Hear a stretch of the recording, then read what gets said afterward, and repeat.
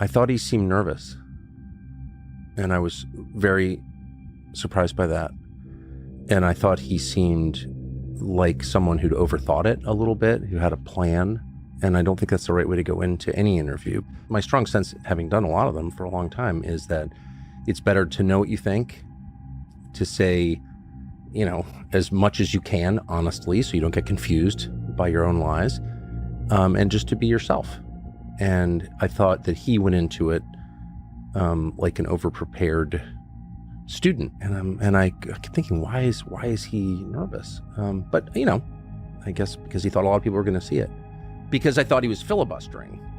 I thought he would. I mean, I asked him, as I usually do, the most obvious, dumbest question ever, which is, you know, why'd you do this? And he had said in a speech that I think is worth reading. I don't speak Russian, so I haven't heard it in the original, but he had said at the moment of the beginning of the war, he had given this address to Russians in which he explained to the fullest extent we have seen so far why he was doing this. And he said in that speech, I fear that NATO, the West, the United States, the Biden administration will preemptively attack us. And I thought, well, that's interesting. I mean, I can't evaluate whether that's a fear rooted in reality or one rooted in paranoia, but I thought, well, that's an answer right there. And so I alluded to that in my question, and rather than answering it, he went off on this long, from my perspective, kind of tiresome, sort of greatest hits of Russian history. And the implication, I thought, was, well, Ukraine is ours, or Eastern Ukraine is ours already. And I thought he was doing that to avoid answering the question. So, you know, the last thing you want when you're interviewing someone is to get rolled. And I didn't want to be rolled. So I, a couple of times, interrupted him politely, I thought, but he wasn't having it. And then I thought, you know what? I'm not here to prove that I'm a great interviewer. It's kind of not about me. I want to know who this guy is. I think a Western audience, a global audience, has a right to know more about the guy. And so just let him talk, you know, because it's not, you know, I don't feel like my reputation's on the line. People have already drawn conclusions about me, I suppose, to the extent they have. I'm not interested really in those conclusions anyway. So just let him talk. And so I calmed down and just let him talk. And in retrospect, I thought that was really, really interesting. You know, whether you agree with it or not, or whether you think it's relevant to the war in Ukraine or not, that was his answer. And so it's inherently significant. I wasn't afraid at all. And I wasn't nervous at all. But I wasn't nervous. I wasn't nervous the whole time I was there. Why would I be?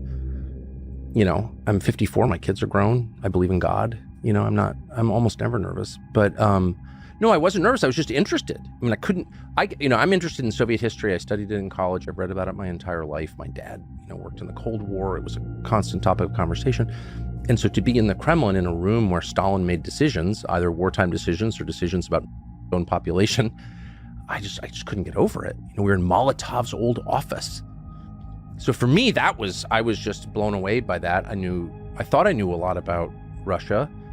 It turns out I knew a lot about the Soviet period, you know, the 1937 purge trials, the famine in Ukraine. Like, I knew a fair amount about that, but I really knew nothing about contemporary Russia, less than I thought I did, it turned out. And, but yeah, I was just blown away by where we were. And that's kind of one of the main drivers at this stage in my life of it. You know, that's why I do what I do, is because I'm interested in stuff and I want to see as much as I can and try and draw conclusions from it to the extent I can. So I was very much caught up in that, but no, I wasn't nervous. I didn't think he's going to like kill me or something. And I'm not particularly afraid of that anyway. So not afraid of dying. Not really. No. I mean, again, it's it's an age and stage in life thing. I mean, I've 4 children, so there were times when they were little where I was terrified of dying, because if I died, it would have huge consequences. But no, I mean, at this point, I don't want to die. I'm really enjoying my life, but I've been with the same girl for 40 years, and I have 4 children who I'm extremely close to. Well, now 5, a daughter-in-law, and I love them all. I'm really close to them. I tell them I love them every day. I've had a really interesting life. What was the goal? Just linger on that. What was the goal for the interview?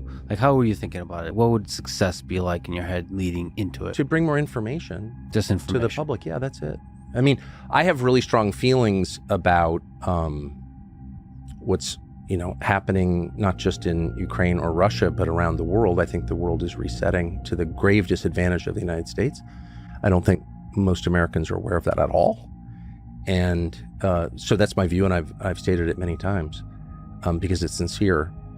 But my goal was to have more information brought to the West so people could make their own decisions about whether this is a good idea. I mean, I guess I reject the whole premise of the war in Ukraine from the American perspective, which is, a tiny group of dumb people in Washington has decided to do this for reasons they won't really explain.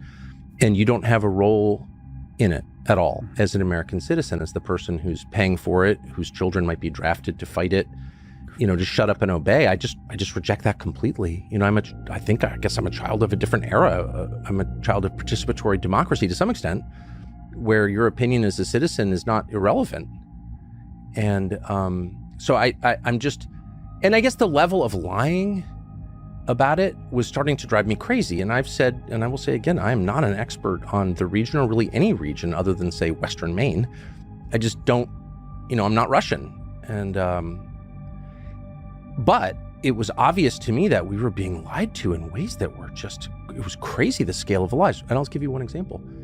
The idea that Ukraine would inevitably win this war. Now, victory was never, as it never is, defined precisely. Nothing is ever defined precisely, which is always a tell that there's deception at the heart of the claim. But Ukraine's on the verge of winning. Well, I don't know. I mean, I'm hardly a tactician or a military expert. For the fifth time, I'm not an expert on Russia or Ukraine. I just look at Wikipedia. Russia has 100 million more people than Ukraine, 100 million. It has much deeper industrial capacity, war material capacity than all of NATO combined. For example, Russia is turning out artillery shells, which are significant in a ground war, at a ratio of 7-1 compared to all NATO countries combined. That's all of Europe. Russia is producing 7 times the artillery shells as all of Europe combined? What? That's an amazing fact. And it turns out to be a really significant fact. In fact, the significant fact. But if you ask your average person in this country, even a fairly well-informed person of good faith who's just trying to understand what's going on, who's going to win this war? Well, Ukraine's going to win. They're on the right side. And they think that because our media, who really just do serve the interests of the U.S. government, period, they are state media in that sense, have told them that for over 2 years. And I was in Hungary last summer talking to the prime minister, Viktor Orban, who's whatever you think of him, is a very smart guy, like smart on a scale that we're not used to in our leaders. And I said to him off camera, so is Ukraine going to win? And he looked at me like I was deranged, or I was congenitally, deficient. Are they going to win? No, of course they can't win. It's tiny compared to Russia. Russia has a wartime economy. Ukraine doesn't really have an economy. No, look at the populations. He was looked at me like I was stupid. And I said to him, I think most Americans believe that because NBC News and CNN and all the news channels, all of them tell them that because it's framed exclusively in moral terms and it's Churchill versus Hitler. And of course, Churchill's going to prevail in the end. And it's just so dishonest that it doesn't even matter what I want to happen or what I think ought to happen. That's a distortion of what is happening. And if I have any job at all, which I sort of don't actually at this point, but if I do have a job, it's to just try to be honest. And that's a lie. There is a more nuanced discussion about what winning might look like. You're For right. Sure. A nuanced discussion is not being had, but it is possible for Ukraine to quote unquote win with the help of the United States. I guess that conversation needs to begin by defining terms. And the key term is win. What does that mean? Peace, a ceasefire, who owns which land. Yes. Coming to the table with, as you call the parent, the United States. Yes. Putting leverage on the negotiation to make sure there's a fairness. Amen. Well, of course, and I should just restate this, I am not emotionally involved in this. I'm American in every sense, and my only interest is in America. I'm not leaving, ever. And so I'm looking at this purely from our perspective, what's good for us. But also as a human being, as a Christian, I mean, I hate war, and anybody who doesn't hate war shouldn't have power, in my opinion. So I agree with that definition vehemently. A victory is like not killing an entire generation of your population. It's not being completely destroyed to be eaten up by BlackRock or whatever comes next for them. So yeah, we were close to that a year and a half ago, and the Biden administration dispatched Boris Johnson, the briefly prime minister of the UK, to stop it and to say to Zelensky, who I feel sorry for, by the way, because he's caught between these forces that are bigger than he is, to say, no, you cannot come to any terms with Russia.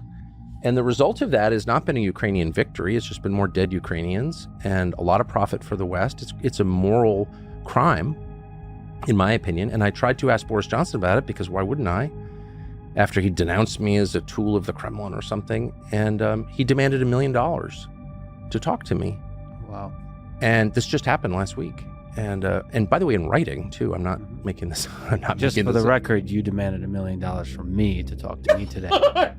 and you paid. No, I'm of course kidding. But and I said to his guy, I said, I just interviewed Putin, who was widely recognized as a bad guy, and he did it for free. He didn't demand $1 million.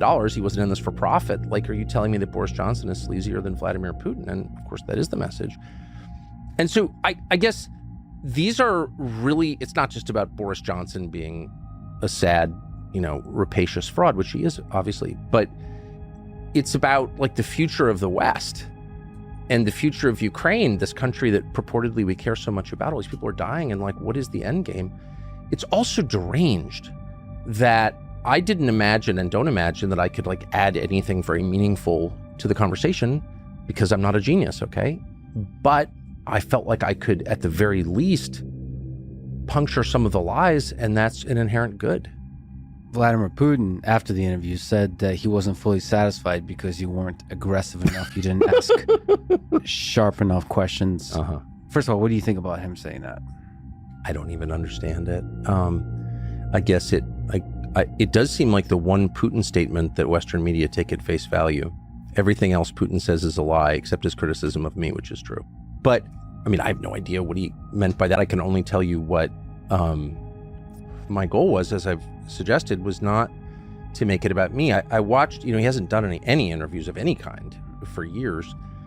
But the last interview he did with an English-speaking reporter, Western media reporter, was like many of the other interviews he'd done with Western media reporters. Mike Wallace's son did an interview with him that was of the same variety, and it was all about him. I'm a good person, you're a bad person. And I just feel like that's the most tiresome, fruitless kind of interview. It's not about me. I don't think I'm an especially good person. I've definitely never claimed to be. But people can make their own judgments. And again, the only judgments that I care about are my wife and children and God. So I'm just not interested in proving I'm a good person. And I just want to hear from him. And I had a lot of, you should see, I almost never write questions down, but I did in this case, because I had I had 3 years to think about it as I was trying to book the interview, which I did myself. But it was all about internal Russian politics and Navalny, and I had a lot of, I thought, really good questions. And then at the last second, and you make these decisions, as you know, since you interview people a lot, often you make them on the fly. And I thought, no, I want to talk about the things that haven't been talked about and that I think matter in a world historic sense. And then number one among those, of course, is the war and what it means for the world. And so I stuck to that. I could answer. I did ask about Gershkovich, who I felt sorry for, and I wanted Putin to release him to me, and I was offended that he didn't. I thought his rationale was absurd. Well, we want to trade him for someone. I said, well, doesn't that make him a hostage? Which of course it does. But other than that, I really wanted to keep it to the things that I think matter most. People can judge whether I did a good job or not, but that was my decision. In the moment, what was your gut? Did you want to ask some tough questions as follow-ups on certain topics? I don't know what it would mean to ask a tough question. Clarifying questions, I suppose they would. I guess. I just wanted him to talk. I just wanted to hear his perspective. Again, I've probably asked more asshole questions than like any living American. Sure. I'm, as has been noted correctly, I'm a dick by my nature. And so I just feel at this stage of my life, I didn't need to prove that I could, like, Vladimir Putin, answer the question. Sure, for sure. I think if I had been, 34 instead of 54, I definitely would have done that, because I would have thought this is really about me and I need to prove myself. And also, No, there's a war going on that is wrecking the U.S. economy in a way and at a scale people do not understand. The U.S. dollar is going away.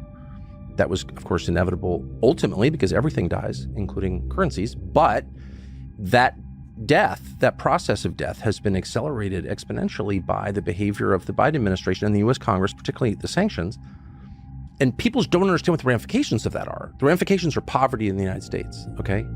So I just wanted to get to that because I'm coming at this from not a global perspective. I'm coming at it from an American perspective.